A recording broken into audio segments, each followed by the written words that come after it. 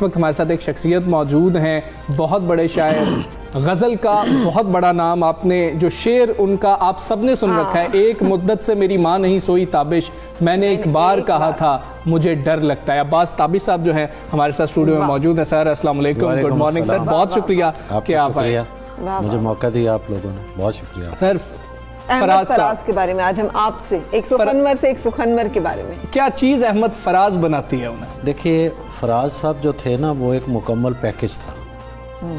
بعض لوگ ہوتے ہیں ان کی شاعری اچھی ہوتی ہے اور خود شخصیت کوئی اتنی امپریسو نہیں ہوتی, لیکن فراز صاحب کی شخصیت جو تھی وہ ایک کرزمیٹک پرسنالٹی تھی, اور شاعری تو ہے ہی کرزمیٹک. میں نے ان کے ساتھ سفر کیا امریکہ کا اور کئی ملکوں کا. میں نے انہیں بہت قریب سے دیکھا, جیسے ہوتا ہے نا کسی کو خلوت اور جلوت دونوں میں دیکھیں. پھر یہ بھی کہا جاتا ہے کہ اگر کسی کو جاننا ہو تو اس کے ساتھ سفر کریں. بہت کیئرنگ شخصیت, بہت بلنٹ اور بزلہ سنج, حاضر جواب. مثلا کوئی بات آپ کریں تو ایسی حاضر جوابی میں نے نہیں دیکھی آج تک کسی شاعر میں. میں نے ایک دفعہ پوچھا, میں نے کہا فراز صاحب سنا ہے آپ کھاتے پیتے گھرانے سے تعلق رکھتے ہیں. کہتے کھاتے کا تو پتہ نہیں, پیتے پیتے گھرانے سے ہم تعلق رکھتے. تو مطلب ہر وقت جو ہے نا ایک الائیو رہنا اور محفل کو الائیو رکھنا, یہ کمال تھا ان کا, ان کی شخصیت کا. اور شاعری جو ہے اس کے بارے میں کچھ مسکنسیپشنز بھی ہمارے ہاں پائی گئی. مثلا انہیں یہ کہا گیا کہ یہ صرف یوتھ کے شاعر ہیں. ایسی بات نہیں ہے, وہ بیک وقت خواص کے شاعر بھی تھے اور عوام کے بھی تھے. میں تھے کا لفظ شاید غلط بول رہا ہوں, خواص کے شاعر ہیں اور عوام کے بھی شاعر ہیں, خواص کے بھی شاعر رہیں گے اور عوام کے بھی رہیں گے.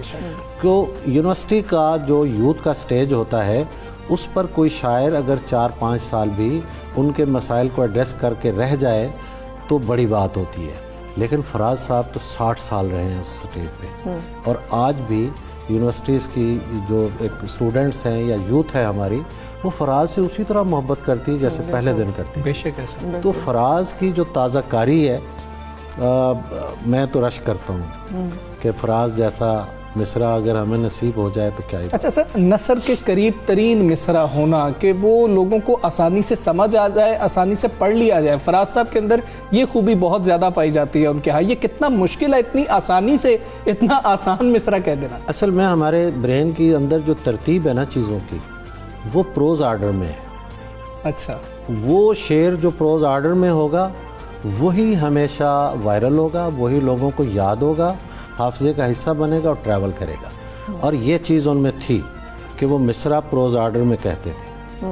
لیکن تابش صاحب جو آپ نے ذکر کیا, جو میں نے بھی آبزرو کیا سر, کہ آپ کا چونکہ ہم عصری کا وہ تھا, آپ تو مطلب شاید جونیئر, لیکن ٹھیک ہے آپ کا فیلڈ تو ایک تھا. میرے ساتھ ایسا نہیں تھا. میں نے دیکھا, میں نکل رہی ہوں ایک جگہ سے تو وہ دور سے دیکھ کے پہچان لیتے تھے, تم یہاں بھی پھر رہی ہو. تو وہ اور وہ اس میں باک نہیں تھا انہیں کہ یہ میں تو بہت بڑا انسان ہوں, میں تو پہچانتا ہی نہیں ہوں آپ کون ہیں, آپ کا نام کیا ہے. جو آج کل ہے یہ تصنع, یہ بناوٹ, یہ آج کل منافقت کا اسموگ نہ ہونا, یہ کتنا امپورٹنٹ ہے کہ فلٹر ہو کے ان کے خیالات. دیکھیے بات یہ ہے کہ فراز صاحب جو ہے نا وہ مرد اور عورت کو خانوں میں تقسیم نہیں کرتے تھے, عورت اور مرد کو ایکول سمجھتے تھے, اور اسی طرح ہی وہ مخاطب ہوتے تھے. بڑا ایک بے ساختہ پن ہوتا تھا, کسی بھی عورت سے بات کر رہے ہیں, لڑکی سے بات کر رہے ہیں تو ایسے لگتا تھا جیسے کسی بہت قریبی دوست سے بات کر رہے ہیں. تو یہ اپنائیت جو ہے یہ فراز میں بہت تھی, اور انہوں نے کبھی فرق نہیں سمجھا. بالکل ٹھیک ہے.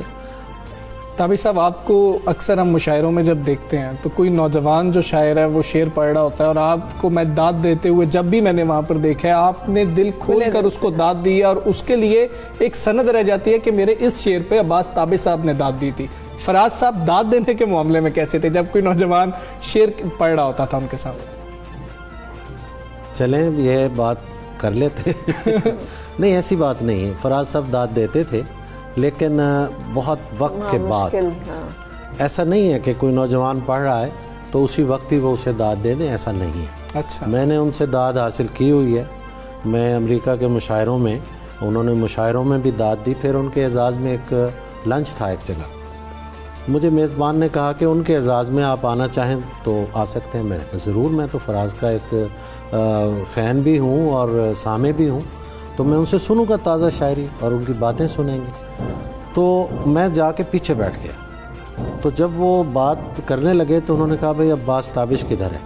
تو میں نے کہا سر میں بیٹھا ہوں. انہوں نے کہا آ گیا. تو پھر انہوں نے کہا کہ ہم محبت کی شاعری کرتے ہیں. عباس تابش کے ہاں بھی کچھ محبت کی کیفیات ایسی ہیں جو پہلے نہیں آئی. اچھا, تو میرے لیے یہ ایک بڑی بات تھی. واہ, میں تو حیران ہو گیا کہ ایک بندہ جو داد ہی نہیں دیتا وہ کتنا آبزرو کرتا ہے. دیکھیے بات یہ ہے, کوئی داد دے یا نہ دے, دو شاعر ہمارے ایسے گزرے ہیں جو اپنے آپ کو نئی شاعری سے بلکہ نئے شاعر سے لے کے کلاسکس تک اپڈیٹ رکھتے تھے. ایک احمد فراز اور دوسرا منیر نیازی. آپ ان سے بات کریں تو بات نہیں کریں گے وہ, لیکن ان کی نظر میں ایک ایک شعر ہر چیز تھی. تبھی تو یہ تازہ کاری ان کے ہاں ہمیں نظر آتی ہے. بالکل صحیح. اچھا, جیسے آپ نے کہا ماشاءاللہ یہ جس شعر کو ریفرنس دیتے ہیں, اس محبت کو رومانس, اس محبت کا تو لایا ہی نہیں گیا نا ہماری رومانٹک شاعری میں. جس رشتے کو, جو سب سے بڑا اس آفاق کا رشتہ ہے. سو آپ بھی متاثر کسی سٹیج پر احمد فراز سے ہوئے؟ کوئی ان کا بھی کچھ آپ نے بحر میں, نظم میں, زمین میں کبھی؟ دیکھیے بات یہ ہے کہ فراز صاحب کا جو ایکسپریشن ہے اس سے میں بڑا متاثر ہوں, لیکن میں سمجھتا ہوں کہ فراز صاحب جو ہیں یہ محبوب شاعر ہیں. میر تقی میر عاشق ہے, یہ محبوب ہیں. میر کہتا ہے کہ بار بار اس کے در پہ جاتا ہوں, حالت ایک اضطراب کی سی ہے. لیکن احمد فراز کہتے ہیں رنجش ہی سہی دل ہی دکھانے کے لیے آ, تو مجھ سے خفا ہے تو زمانے کے لیے آ. یعنی یہ محبوبیت ہے, وہ عاشق بن کے بھی محبوب کے درجے پہ فائز ہے. پوری شاعری پڑھ لیں تو احمد فراز جو ہے وہ محبوب ہے. شاید جس کو آئیڈیلائز کرتے ہیں وہ شاید خود ہی ہے. اچھا, مجھے ایسا محسوس ہوتا ہے. تو رنجش ہی صحیح سے محاصرے تک کا سفر جو ہے, میرے غنیم نے مجھ کو پیام بھیجا ہے, بالکل دو مختلف چیزیں ہیں. ان کو آپ کیسے دیکھتے ہیں؟ نظم میں بھی جاتے ہیں تو پرخچے اڑا دیتے ہیں. کوئی بات نہیں, کمال بات ہے, بالکل ٹھیک ہے. اینڈ پولیٹیکل آئیڈیالوجی اس کے ساتھ بالکل صحیح. مطلب کمیٹڈ آدمی تھے, تو ان کی کمٹمنٹ جو ہے اس کے بارے میں مجھ سے زیادہ شبلی فراز صاحب بتا سکتے ہیں. لیکن اتنا اوپنلی انہوں نے, جتنی محبت انہوں نے یہ والی اپنی ایکسپریس کی ہے, اتنا ہی انہوں نے اپنے نظریات کو بھی, انہوں نے اپنی سوچ کو بھی, اپنی فکر کو بھی ایکسپریس کرنے میں نہیں. محب وطن شاعر, انقلابی اور محب وطن یا فیض تھے یا فراز ہیں. کہ مجھے یاد ہے اس زمانے میں ہم نے سنا کہ کراچی میں انڈین قونصلیٹ میں ایک مشاعرہ تھا.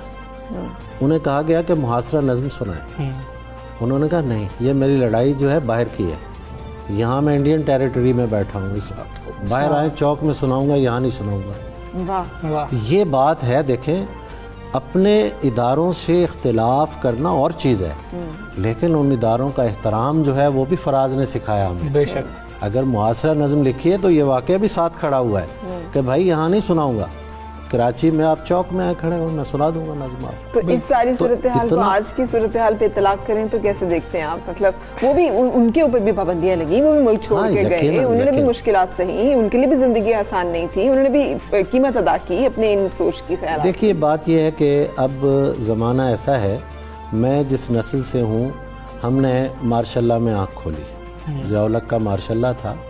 تو بات یہ ہوتی ہے کہ شاعر جو ہوتا ہے نا, وہ پابندیوں میں بھی ایک رستہ نکال لیتا ہے, شاعر بھی اور صحافی بھی.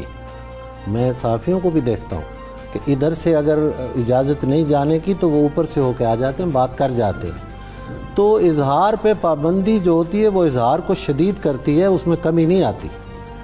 تو آج بھی یہی ہے کہ جو اظہار کرنا چاہے وہ کرتا ہے. تابی صاحب ایک چیز کہ ہم لوگوں نے بھی جس وقت اپنا کورس پڑھا, اردو کا کورس پڑھا, ہمیں جو شعراء کرام اس میں پڑھائے گئے, بہت مشکل ہوتا تھا بچوں کے لیے میر تقی میر کون ہے, میر درد کون ہے, اور پھر صرف تشریح اس کی کر دینا.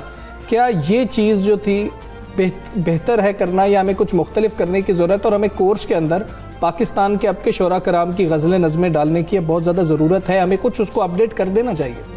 دیکھیے بات یہ ہے, میں تو میر کو بھی پاکستان کا شاعر سمجھتا ہوں, ٹھیک ہے. جو ہماری کلاسکس ہے نا, اس کو آپ تقسیم نہیں کر سکتے, غالب کو نہیں کر سکتے. ایون اقبال جو ہے وہ ایک ملک کا نہیں 5 ملکوں کا تقریباً قومی شاعر ہے، بالکل ٹھیک ہے، اسے تقسیم نہیں کر سکتے۔ بات صرف یہ ہے کہ فرسٹ ایئر کا جو لیول ہے اس پہ میر کو سمجھنا مشکل ہے۔ بچوں کو اگر یہ سمجھایا جائے کہ بیٹا بڑے ہو کے تم اس لمحے کو یاد کرو گے کہ ہم نے میر کو اس عمر میں پڑھنا شروع کیا جب ہمیں سمجھ نہیں آتی تھی۔ دیکھو بڑا شاعر کیا ہوتا ہے، وہ لوگوں کی سطح پہ گرتا نہیں ہے، وہ لوگوں کو اپنے ساتھ اپلفٹ کرتا ہے۔ میں اس پہ ایک چھوٹی سی مثال دینا چاہتا ہوں، بھٹو صاحب کی دیا کرتا ہوں جی۔ ایک جگہ تقریر کر رہے تھے، مجمع جو ہے اس نے کہا کہ جناب آپ ہماری سطح پہ آئیں، آپ ہم میں سے ہیں۔ بھٹو صاحب کہتے ہیں میں آپ کو اوپر لانا چاہتا ہوں، آپ مجھے نیچے لے جانا چاہتے ہیں۔ دیکھیے شاعر جو ہے جب نیچے گر پڑتا ہے نا تو وہاں کام خراب ہے۔ آہستہ آہستہ وہ آڈینس کو اپنے لیول پہ لاتا ہے، اور میر جو ہے ظاہر بڑا شاعر ہے، غالب بڑا شاعر ہے، یہ آہستہ آہستہ لوگوں کو لے آتے ہیں۔ بالکل ٹھیک ہے عباس طابی صاحب، بہت شکریہ آپ کا، آج آپ آئے۔